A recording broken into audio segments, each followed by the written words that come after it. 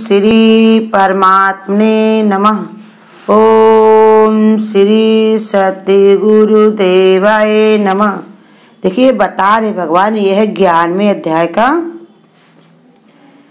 53वां श्लोक कि हे अर्जुन, ना वेदों से, न तप से, न दान से, न यज्ञ से इस प्रकार चतुर्भुज रूप देखे जाने को मैं साक्य हूँ। कोई भी साक्य है जैसा तुमने मेरे इस रूप को देखा। भगवान ने समझा रहे कि देखो कि कोई अगर वेदों को पढ़कर अगर हमारे रूप को देखना चाहे तो मैं उसको वो दर्शन नहीं कराता। क्यों? क्योंकि भगवान ने कहा उसको वेद का विद्वान बन जाता, अब विद्वान होकर उसको घमंड हो जाता है। अब भगवान अहंकारी से रिश्ते नहीं है। चतुराई ना भाई उसको प्यार करे अनजान से। वेदों में बड़ी चतुरता सीख लेता है, अब इसके ही रूप बना करके हमको जो है वो देखना चाहता है। इसलिए भगवान अपना सब जानने वाले, उसके मन को पढ़ने वाले, सब करने वाले हैं। तो फिर वो वहाँ से भगवान कहते हैं मैं उनको देखने को नहीं मिलता। और न तब से, तब का भी तो अहंकार हो जाता है। देखो कितनों ने तपस्या कर कर के भगवान को रिझा लिया, वरदान मांग लिया भगवान से, लेकिन ये रूप किसी ने नहीं देखा। क्योंकि तपस्या ऐसे थोड़ी कोई करता है, उसको कुछ ना कुछ चाहिए। गुरु कहते थे तुम्हारा मन ना हो, तुम कहीं पर भी कुछ ना चाहना ना हो तो खाली थोड़ी दौड़ने जाओगे। अगर तुम्हें फ़ायदा ना हो तो तुम कहीं भी नहीं जाओगे। सत्संग में भी अगर फ़ायदा ना हो तो नहीं आओगे। देखो इतने समय मौका मिला हुआ कितने लोगों को कि आराम से अपने घर में रजैया में बैठे हुए हैं। कैसे जानते हैं ना कि कोरोना है, ऐसे बढ़िया क्या बहाना है मेरे पास हैं। अपना आराम से जौन है बढ़िया खाते पीते मज़े काटते हैं, आराम से रहे। सही बात, भगवान ने मौका भी दे दिया। कितने बेचारे तड़पते भी हैं कि जो है कहते हमको सत्संग के बिना चैन नहीं पड़ती है दीदी, हमको जौन है इसके बिना अच्छा नहीं लगता है। तो उनके घर परिवार वाले या ऐसी विधि बनाई, उनके ऊपर कोई न कोई बैठा हुआ बताने के लिए, समझाने के लिए। तो कहते वो भी तपस्या ने सब से, अब जो लोग बहुत बड़े बड़े संत महात्मा तपस्या भी करते तो उनको क्या होता है, अहंकार हो जाता है। वो कहते हैं कि हमको जौन है हमने तपस्या से पाया। तो इसलिए भगवान कहते हैं हम उनसे भी ये रिश्ते नहीं है, ऐसा रूप उनको भी हम नहीं दिखाते हैं। और कहा दान से, दान के लिए देखो हरिश्चंद्र ने इतना बड़ा दान किया, तो भगवान ने कहा दान से भी भगवान ने देखो वो फिर दान में जब त्याग आ गया उनके कि कोई भी चीज़ का उनका मन में विचार नहीं रहा, तब फिर भगवान ने अपना रूप उनको दिखाया। किसमें? जब साड़ी अपनी पत्नी फाड़ करके कर मांगने लगे तो उसी में भगवान प्रकट हो गए। उनकी परीक्षा ली थी ना, दानी बने थे इसलिए परीक्षा देनी पड़ी उनको। तो इसलिए कहीं पर परीक्षा देनी पड़ जाती है और कहीं पर दान का बहुत बड़े दानी बन जाते। कर्ण बहुत बड़े दानी थे, जो चाहता था उसको दे देते थे वही। लेकिन भगवान को रूप नहीं देखना चाहा, बार बार अपने ही उसी में ही खोए रहे। तो इसलिए समझा रहे कि देखो कोई ऐसा रूप देखना नहीं चाहता। अपने दान में, अपनी तपस्या में, अपने जौन है वेदों के पढ़ने में, समझने में ही समय लगाना चाहता, लेकिन इतना भोला नहीं बनता है कि कहे भगवान हमको तुम ही चाहिए, तुम्हारे अलावा हमको दूसरा और कुछ नहीं चाहिए। इसलिए भगवान कहते नहीं होता हूँ। आत्मज्ञान के लिए अंतःकरण की शुद्धि होना अत्यंत ही आवश्यक है। इसके लिए वेद ज्ञान, तप और दान आदि क्रियाओं का विधान किया जाता है। कहते देखो आत्मज्ञान के लिए भी बहुत सारे लोग ऐसे विधान करते। कोई लोग वेद ज्ञान का भी आधार बनाते हैं, कुछ लोग जो है तपस्या भी करते हैं और कुछ लोग दान भी करते हैं। परंतु जब अंतःकरण के शुद्ध हो जाने पर मनुष्य की चेतना भगवान के प्रति भक्ति भाव में स्थित हो जाती है। ये सब आ जाते हैं तो क्या होता है, अहंकार भी आ सकता है। लेकिन जब भक्ति आती है तो भगवान का भक्त क्या है, भगवान के नतमस्तक हो जाता है।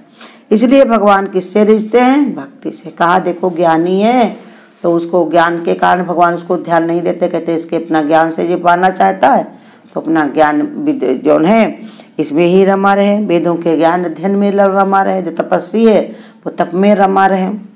और भगवान ने कहा जो दानी है तो दान से पाने की कोशिश करता रहे। लेकिन जब भक्ति जब तक नहीं कोई करता है भगवान की, तब तक भगवान ऐसे नहीं रिश्ते। जैसे बच्चा है अपने में दोस्तों से बातें करता रहे या अपना पढ़ने लिखने में लगा रहे या कुछ भगवान ने कहा कोई अपने कार्य में नौकरी चाकरी में पड़ा रहे तो उसको माँ बाप को इतना नहीं, लेकिन वही बच्चा अगर अपने माँ बाप को विचार बना लेता है मन में कि जौन है कि हमको इनकी सेवा करनी है तो माँ बाप देखो पहले उसको कैसे ही आशीर्वाद देकर वही काम करवा देते हैं। कितने संत महात्मा ऐसे हुए हैं जो आशीर्वाद से ही उनके अंदर कैसी जौन है उनके अंदर कैसा विचार आ गया। देखो राम को राज नहीं चाहिए थी, कुछ नाम नहीं चाहिए था, कुछ नहीं चाहिए था, बस अपनी बाप की पिता की आज्ञा मानी तो वो कैसे वो उनके पिता ने मन से भी नहीं इतना कहा कि हम देखो बचन को अपने हारना चाहते हैं, हमने कहा था हम ही हार जाएंगे, लेकिन फिर भी वही आज्ञा के रघुकुल रीति सदा चली आई, अब प्राण जाए पर बचन न जाए। उसी के कारण देखो कैसे मर्यादा पुरुषोत्तम राम ने इतने कष्ट उठाए, लेकिन फिर भी वो कैसे जाने जाते हैं संसार में मर्यादा के लिए, क्योंकि उन्होंने अपनी मर्यादा नहीं छोड़ी, क्योंकि वो पुत्र बन करके सब बात को मानते ही चले गए।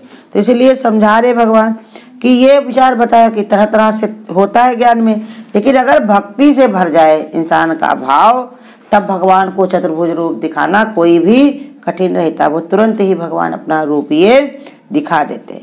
इस बात को स्पष्ट करते हुए भगवान कहते परंतु ये श्रेष्ठ तप वाले अर्जुन को बता रहे तुमने श्रेष्ठ तप किया है। कैसे कि ऐसी बात को मानना कि भगवान ही मेरा सब कुछ है, भगवान ही मेरा कल्याण कर सकता है, मेरा उद्धार कर सकता है, ऐसी बात अपने मन को समझाना, अपनी बुद्धि में भरना, ये भी महान तपस्या है। क्योंकि मन बड़ा ढीठ है, तरह तरह से विचलित हो जाता है, कहीं इस रास्ता पकड़ेगा, कभी वैसे आखिरी दम तक ऐसे कहता रहता। बड़ा मुश्किल होता है ये अपने को दृढ़ता में खड़े रहना, अपने विचारों पे डटे रहना, क्योंकि मन कहीं ये दिखाएगा, कभी वही दिखाएगा, कभी नुकसान दिखाएगा, कभी अहंकार दिखाएगा। तो इसी के कारण बता रहे भगवान अर्जुन को कह रहे तुम बहुत ही तपस्वी हो, जो अपने मन को ऐसे ही कंट्रोल करे हुए हो कि एक भगवान में ही जोड़ रखा है। अनन्य भक्ति करके तो इस प्रकार चतुर्भुज रूप वाला में प्रत्यक्ष देखा जा सकता हूँ, तत्व से जाना जा सकता हूँ, एक ही भाव से प्राप्त किया जा सकता हूँ। अनन्य भक्ति का महत्व इस श्लोक में भगवान ने दिखाया हुआ है कि भक्ति के मार्ग पर चलने वाले व्यक्ति को पहले भगवान का साक्षात्कार होता है, फिर उसका ज्ञान होता है, उसके बाद भगवान के साथ एकात्मा होकर उसमें प्रवेश हो जाता है। कहते भक्ति का क्या प्रभाव है कि वो परमात्मा का साक्षात्कार कर लेता है, उसकी समझ खुल जाती है ज्ञान से, और फिर वो उसी में एकाकार हो जाता है, फिर वो दूसरी तरफ अपने चित्त को नहीं रमाता है कि हे अर्जुन, जो पुरुष केवल मेरे लिए ही सब कुछ मेरा समझता हुआ एक दान तप आदि संपूर्ण कर्तव्य कर्मों को करने वाला है, मेरे प्राण है आसक्ति रहित है और संपूर्ण भूत प्राणियों से बैर भाव से रहित है, ऐसे वो अनन्य भक्ति वाला पुरुष मेरे को प्राप्त होता है। कहते देखो जो मेरा अनन्य भक्ति करता है कि अन्य तरफ उसका चित्त नहीं जाता है, मेरे ही सब कुछ समझता है, चाहे यज्ञ करे, दान करे, तप करे, इस अपना कर्तव्य समझ के कहता कि ये भगवान का ही काम है, हम इसके बदले हमको कुछ नहीं चाहिए। उसको एक ही प्रीति होती है कि भगवान ने हमको ये कर्तव्य दिया, हमको ये करना, कर्म किए जा, फल की इच्छा मत कर रहे इंसान, और जैसा कर्म करेगा वैसा फल देगा भगवान।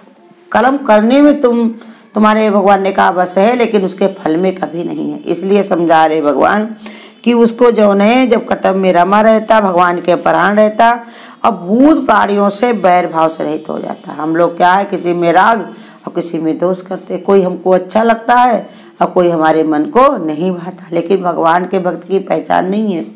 वो कहता सभी से प्यार करता है, वो कहता सभी के अंदर मेरा परमात्मा ही बैठा है। अगर वो कोई उसका दुश्मन भी दुश्मनी अदा करता है तो कहता ये मेरा अपना कर्म है, कोई कर्म का, इसके कारण ये कर रहा है, लेकिन इसके अंदर है तो परमात्मा ही। तो इसलिए भगवान का अनन्य भक्त सभी संसारिक कर्तव्यों को केवल इस भाव से करता है कि कर्म भगवान की शक्ति और भगवान की प्रीति के लिए उसके लिए द्वारा किए जा रहे हैं।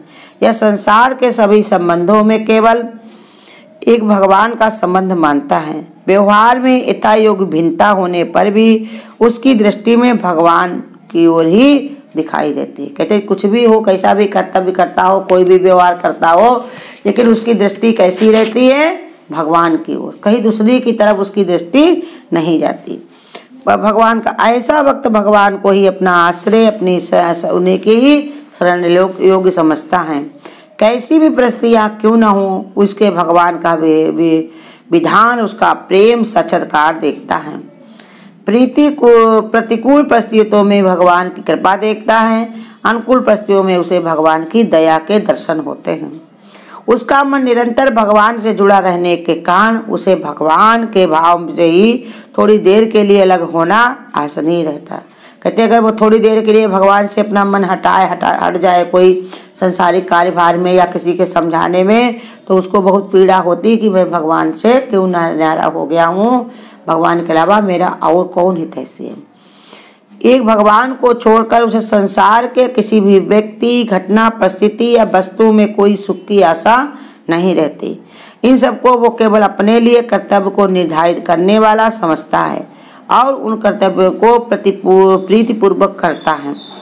भक्त के भाव की ये अत्यंत प्रभावशाली कसौटी है कि उसके मन में किसी के प्रति लेश मात्र भी विरोध या दोष दर्शन नहीं रहता है। उमा, तुलसीदास जी भी इसी पर कहते हैं कि उमा जे राम चरण रते विगत काम मद क्रोध, निज प्रभु भय मैं देखत जगत के हिसन करहीं विरोध, सिया राम में सब जग माही कराऊं प्रणाम जोर झुक पाही। पक्का जैसे तुलसीदास जी ने सब चौपाइयों में बताया है, ये अपने जो ने सोहटा में बताया है।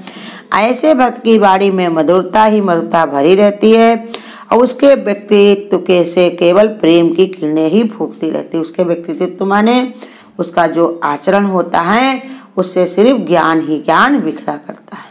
ऐसे पहचान कर सकता है कोई अपने को देखे कि अभी उसके अंदर मधुरता आई है कि नहीं, कभी तोला कभी मासा तो नहीं होता है, कभी किसी से प्रेम किसी से नफरत तो नहीं करता है, किसी के दुआ किसी के लिए बद्दुआ तो नहीं आती है।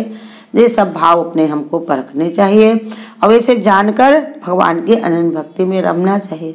और बार बार अगर ऐसा दिखाई भी पड़ता हो तो उसको बार बार भगवान से अपराध की क्षमा मांगनी चाहिए, बार बार भगवान से अनुनय विनय करनी चाहिए कि भगवान ये मेरा अवगुण जल्दी से जल्दी नष्ट हो।